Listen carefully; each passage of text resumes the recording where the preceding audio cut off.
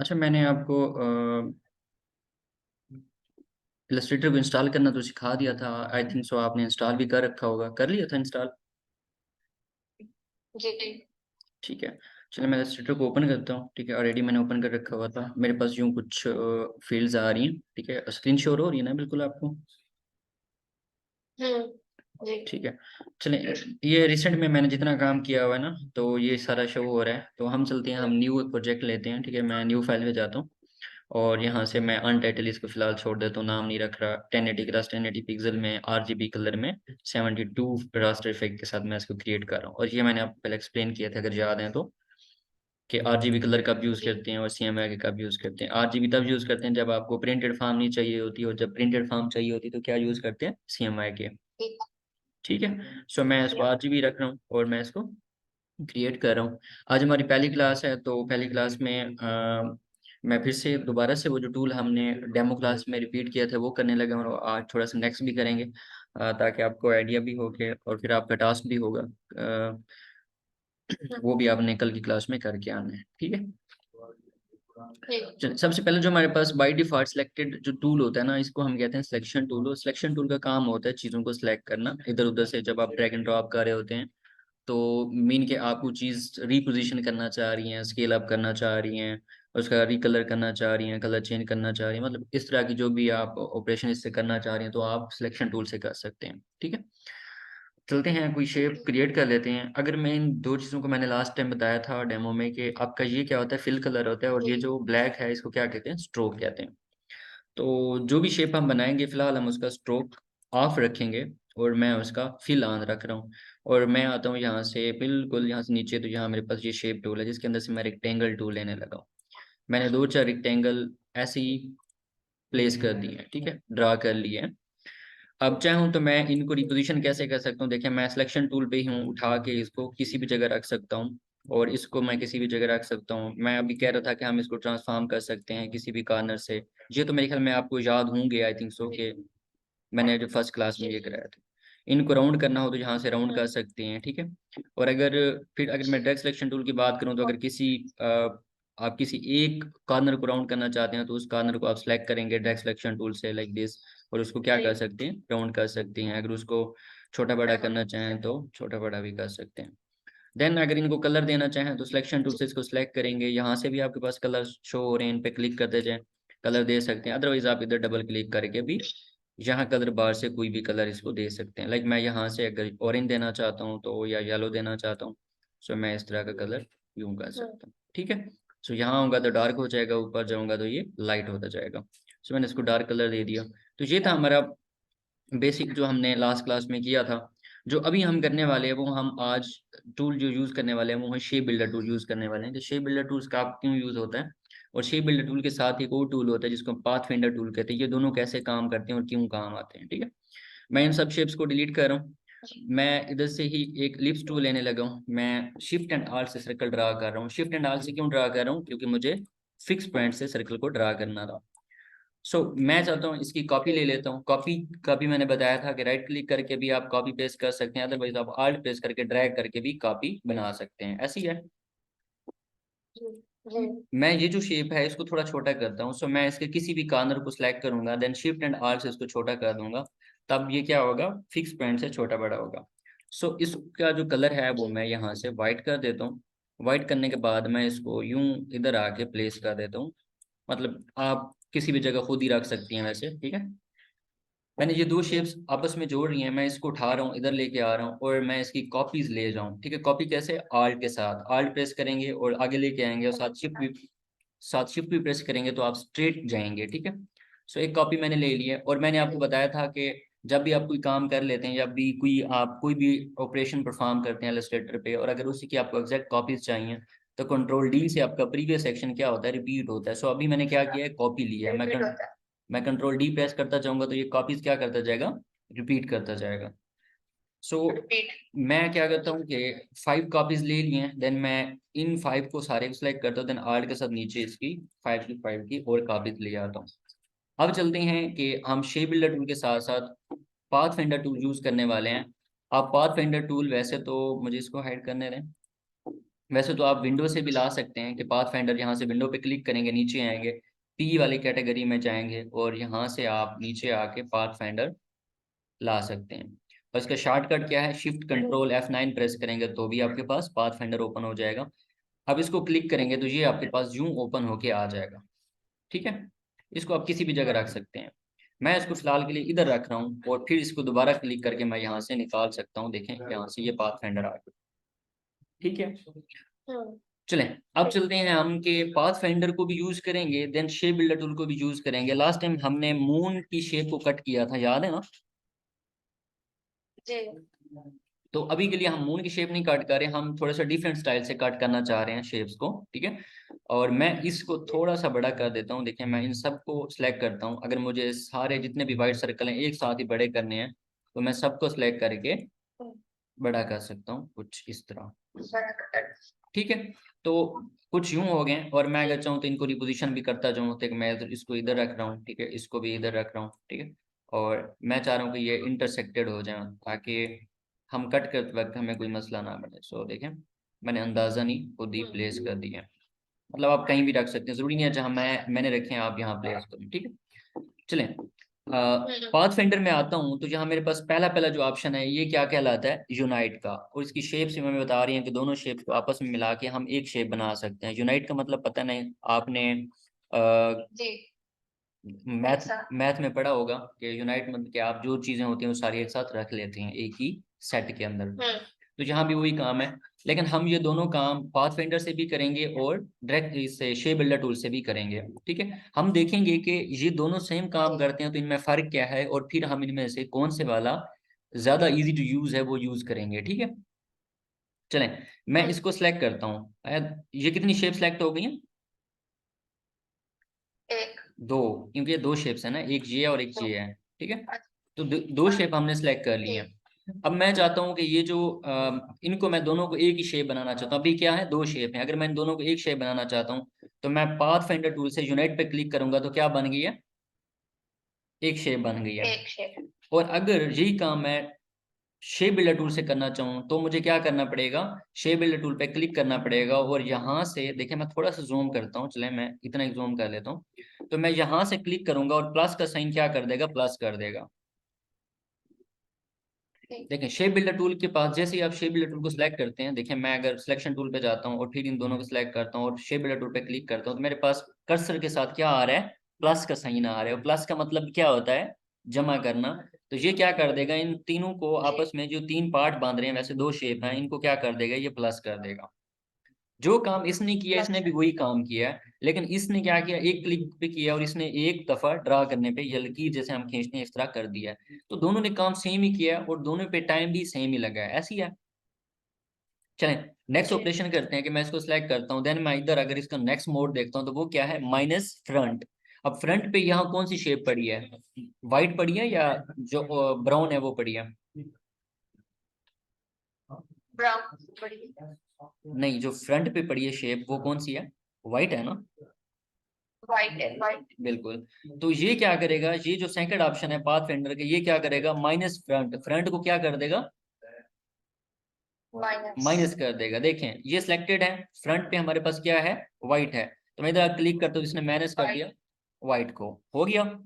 अगर ये काम हम शेप बिल्डर टूल से करना चाहें तो कैसे कर सकते हैं, तो हम इन दोनों को सिलेक्ट करेंगे, यहाँ आके क्लिक करेंगे और देखिए हमारे कर्सर के साथ क्या आ रहा है, प्लस का साइन आ रहा है। और मैं जैसे ही आल्ट प्रेस करता हूँ तो माइनस का साइन आ गया और मैं व्हाइट शेप को क्लिक कर दूंगा तो भी ये माइनस कर देगा। ठीक हो गया। चलें अब थर्ड ऑप्शन की तरफ बढ़ते हैं कि मैं इन दोनों को सिलेक्ट करता हूँ और इधर आता हूँ थर्ड पे। तो थर्ड मुझे क्या कर रहा है, इंटरसेक्ट कर रहा है। इंटरसेक्ट मतलब क्या होता है, जो कॉमन पार्ट होता है वो रख लिया जाएगा, बाकी क्या कर दिया जाएगा, डेल कर दिया जाएगा। बस कॉमन पार्ट यहाँ हमें बहुत कम नजर आ रहा है, तो मैं क्या करता हूँ, मैं इन दोनों सर्कल को थोड़ा सा बढ़ा देता हूँ, इतना एक, और इस तरह रख लेता हूँ। अब अगर मैं दोनों को सिलेक्ट करता हूँ तो इनका कॉमन पार्ट कौन सा है, ये वाला। सेम काम मैं इसके साथ भी करता हूँ क्योंकि मुझे कॉमन पार्ट के लिए चाहिए थी, तो मैं यहाँ से इसको भी इतना कर लेता हूँ। अब इन दोनों को सिलेक्ट करते हैं तो इनका भी कॉमन पार्ट ये है। सो ये पॉइंट क्या करता है, इंटरसेक्शन क्या करता है, इंटरसेक्शन जो कॉमन पार्ट होगा इनका कौन सा है, ये वाला, इसको रख लेगा, बाकी को क्या कर देगा, डेल कर देगा। देखें मैंने बिल्कुल, ये साइड वाला एंड इस साइड वाला, ये दोनों लेफ्ट एंड राइट डिलीट हो जाएंगे। मैं जैसे इस पे क्लिक करता हूँ तो इसने क्या किया, लेफ्ट एंड राइट को डिलीट कर दिया है और कॉमन पार्ट आपके पास बच गया है। ठीक है, अगर यही काम मैं शेप बिल्डर टूल से करना चाहूँ तो मैं कैसे कर सकता हूँ? इसके लिए मुझे क्या करना पड़ेगा, आल्ट प्रेस करके रखना पड़ेगा। ठीक है, जैसे मैं इधर आता हूँ, देखें मैंने आल्ट प्रेस किया, मेरे पास क्या आ गया, प्लस की जगह माइनस। मैं इसको क्लिक कर दूंगा, इसको क्लिक कर दूंगा, तो मेरा काम वही हुआ है, लेकिन शेप बिल्डर टूल ने थोड़ा सा डिफरेंट स्टाइल में किया और पाथ फाइंडर ने थोड़ा सा डिफरेंट स्टाइल में किया, लेकिन काम दोनों ने सेम ही किया है, ऐसी है।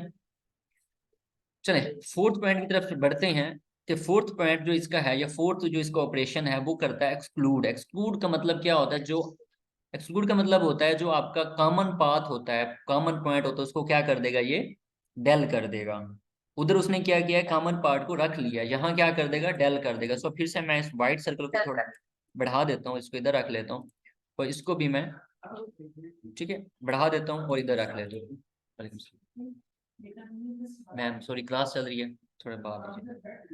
ठीक है, तो मैंने इसको सिलेक्ट किया है और मुझे इसमें से जो कॉमन पार्ट है वो क्या करना है, एक्सक्लूड करना है। ठीक है, डिलीट करना है। सो इधर से मैं इसको क्लिक करता हूँ तो देखिए इसने क्या किया, कॉमन पार्ट को डेल कर दिया। लेकिन अगर मैं इन दोनों को सिलेक्ट करता हूँ तो ये दोनों एक साथ सिलेक्ट हो रही है, क्यों? क्योंकि ये क्या है, ग्रुप्ड है, तभी हमारे पास नीचे ऑप्शन आ रहा है अनग्रुप का। आपके पास ये नहीं आएगा क्योंकि आप जो यूज कर रही हैं वो 2022 वर्जन होगा, या अगर 2023 वर्जन यूज कर रही हैं तो आपके पास भी ये ऑप्शंस आएंगे। ठीक है, अगर ना भी आए तो परेशान नहीं होना, आप राइट क्लिक करके भी अनग्रुप कर सकते हैं। ठीक है, तो मैं इसको राइट क्लिक करूंगा और अनग्रुप करूंगा और अब देखूंगा तो ये दो अलग-अलग शेप्स हैं, ऐसी है जी। ओके, हो गया। चलिए अब हम इसके साथ कैसे कर सकते हैं, डेस्क सिलेक्शन टूल के साथ। ठीक है, तो सॉरी, डेस्क सिलेक्शन टूल कह रहा हूँ, शेप बिल्डर टूल। तो अभी इधर भी हमें क्या चाहिए, कॉमन पार्ट को डिलीट करना है। सो मैं इसको सिलेक्ट करूंगा, आल्ट प्रेस करूंगा, माइनस आ जाएगा, इसको क्लिक कर दूंगा, तो ये क्या बन गए, दो अलग अलग पार्ट गए। बट इनको हमने अनग्रुप नहीं किया, ये ऑटोमेटिकली हमें दो अलग अलग शेप्स मिली हैं, ऐसी है। चलिए अब हमारे ये चार पार्ट हो गए।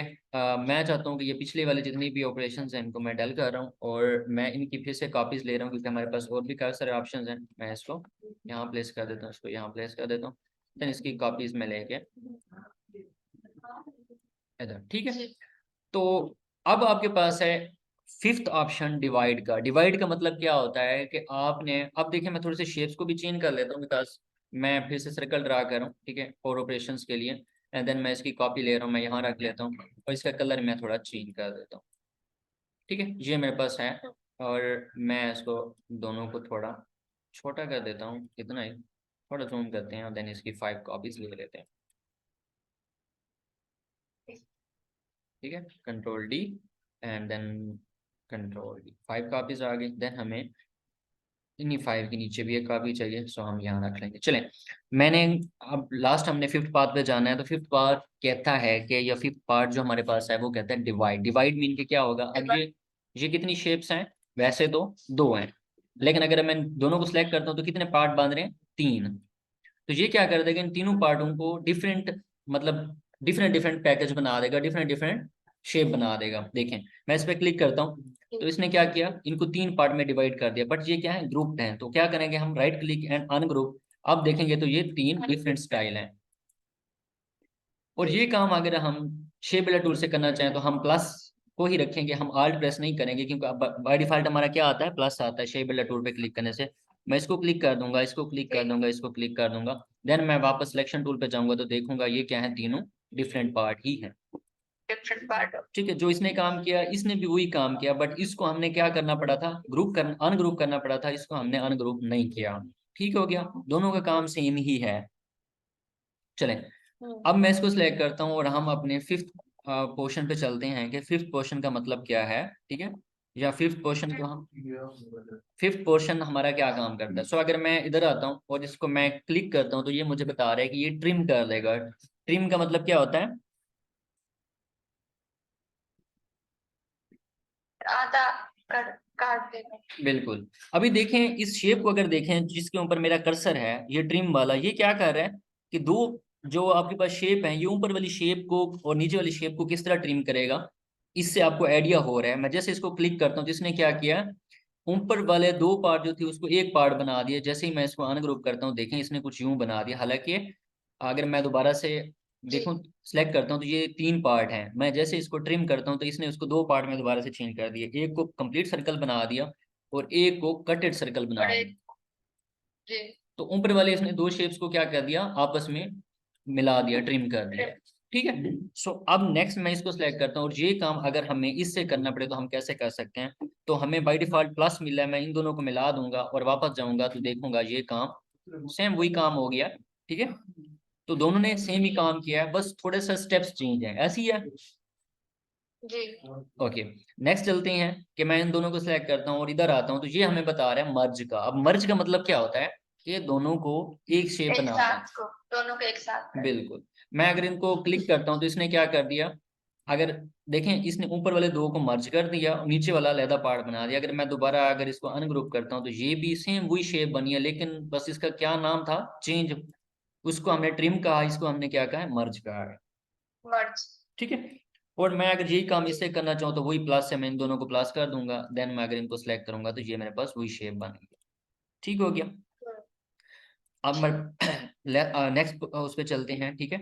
अगर मैं इधर आता हूँ तो ये मुझे बता रहा है क्रॉप करना। ठीक है। अब क्रॉप के बारे में भी ये बता रहा है, जो व्हाइट शेप आपको नजर आ रही है जो इसकी क्रॉप की शेप के अंदर, ये आपको ये वापस दे देगा। और जो बैक पे आपको नजर आ रही है हल्की सी वो मध्यम सी एक लाइन आ रही है, वो इसकी क्या कर देगा, डेल कर देगा। ठीक है। एक्चुअली ये क्या करेगा, ये जी। जो मुश्तरक पार्ट है इसको शेप बना देगा, इसको आउटलाइन बना देगा और इसको क्या कर देगा, डेल कर देगा।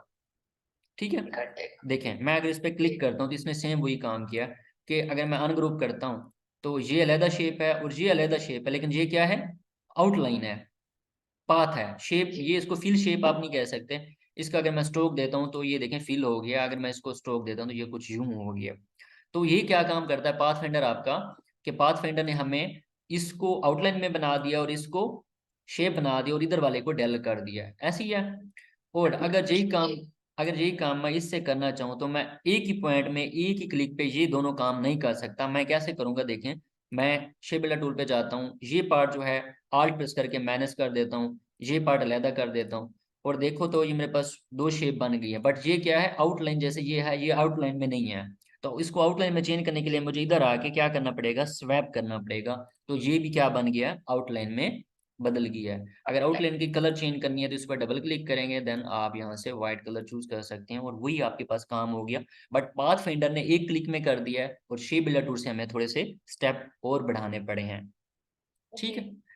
चलें पाथ फाइंडर को फिर से ओपन करता हूँ और हमारे पास लास्ट जो है, सॉरी सेकंड लास्ट जो है वो है आउटलाइन। अब ये क्या करेगा, इस आउटलाइन। पूरे पूरे की पूरी फिग को क्या करा देगा, आउटलाइन में चेंज कर देगा। देखिए मैंने इसको क्लिक किया, इसने टोटल शेप को क्या कर दिया, डिफरेंट पाथ भी बना दिए और आउटलाइन में भी आउटलाइन। चेंज कर दिया। देखें अगर आज मैं इसको दोनों को सिलेक्ट करता हूँ और मैं इसको अनग्रुप करता हूँ तो इसने क्या किया, इसको अलहदा बनाया, इसको अलहदा बनाया, इसको अलहदा बनाया, इसको अलहदा बना दिया।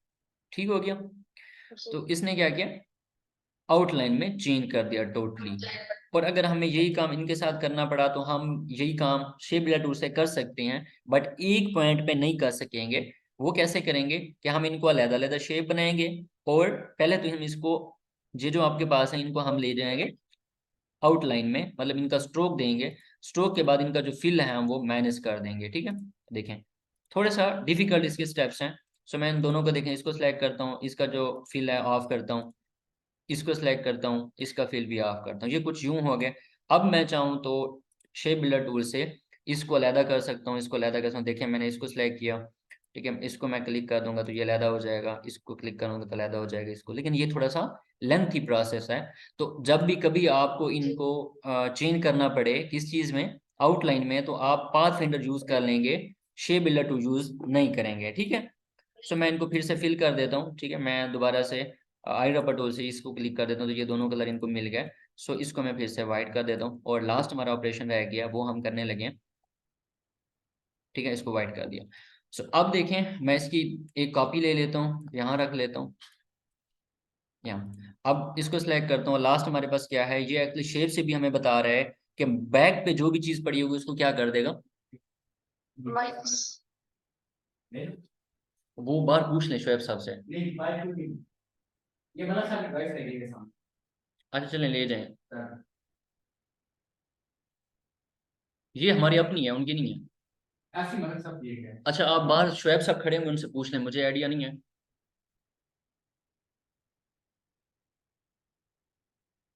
ठीक है। तो लास्ट हमारे पास है कि हम माइनस बैक कैसे कर सकते हैं। तो बैक को माइनस करना, यार मुझे अब फिर आइडिया नहीं है, आप आधे घंटे तक आ जाइएगा, वो आ जाएंगे। ठीक है, वो बाहर तक गए होंगे, होटल तक शायद। ठीक है, दरवाजा बंद कर देना।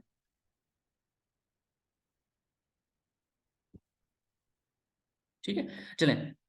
Sorry for disturbance. ये हमने दोनों सेलेक्ट किया, और हम इनको अगर इस पे आते हैं, तो हम बैक पे जो चीज पड़ी होगी उसको ये क्या कर देगा, माइनस कर देगा। तो बैक पे कौन सी चीज पड़ी है, जो ऑरेंज वाली शेप है, उसको ये क्या कर देगा, माइनस कर देगा। तो मैं इसको क्लिक करता हूँ, तो इसने क्या किया, व्हाइट को बचा लेगा और बाकी को इसने माइनस कर दिया। और ये काम अगर हम शेप बिल्डर टूल से करना चाहें, तो हम आल्ट प्रेस करके यहाँ तक क्लिक कर देंगे, तो ये भी माइनस कर देगा। सो इसकी कंक्लूजन से हमें ये पता चला है कि कुछ पॉइंट में शेप बिल्डर टूल ज्यादा अच्छा है, और कुछ पॉइंट्स में पाथ फाइंडर टूल ज्यादा अच्छा है। और दोनों इसलिए एक साथ रखे गए हैं कि अगर आपका काम शेप बिल्डर टूल से चल सकता है तो वेल एंड गुड, अदरवाइज आप पाथ फाइंडर टूल से अपना काम कर सकते हैं। ऐसे ही हो गया। तो ये था आज का हमारा लेक्चर, और इसको आपने रिपीट करना है। इसकी रिकॉर्डिंग जो है वो भी आपको मिल जाएगी। अब थोड़ा सा कोई टास्क कर लेते हैं, ताकि आपको आइडिया भी हो जाए कि इसके साथ आप चीज़ें कैसे बना सकते हैं। ठीक है, मैं जा रहा हूँ जी फिर से। आपको याद हो कि हमने फर्स्ट क्लास में फ्लैग बनाया था, ऐसी है। जी, तो आपको वो आता है, या एक बार फिर से ट्राई करवा दूँ। एक दो बार कर दें। ठीक है, मैं यहाँ से जा रहा हूँ और मैं शेप टूल से एक रेक्टेंगल ले रहा हूँ। मैंने एक रेक्टेंगल ले लिया, जितने एक साइज की मुझे चाहिए थी, मैं इसको अभी भी ट्रांसफॉर्म कर सकता हूँ चाहूँ तो। फॉर एग्जाम्पल मैं, अच्छा, जो भी शेप आपने ड्रा की है, ड्रा करने के फौरन बाद पहले स्विच करना है। ठीक है, देखें, अगर मैंने इसको छोटा बड़ा करना चाहता हूँ और मैंने शेप सिलेक्शन टूल पे नहीं गया, तो मैं जहां भी क्लिक करूंगा, न्यू क्या बनता जाएगा, हमारे पास शेप बनती जाएगी।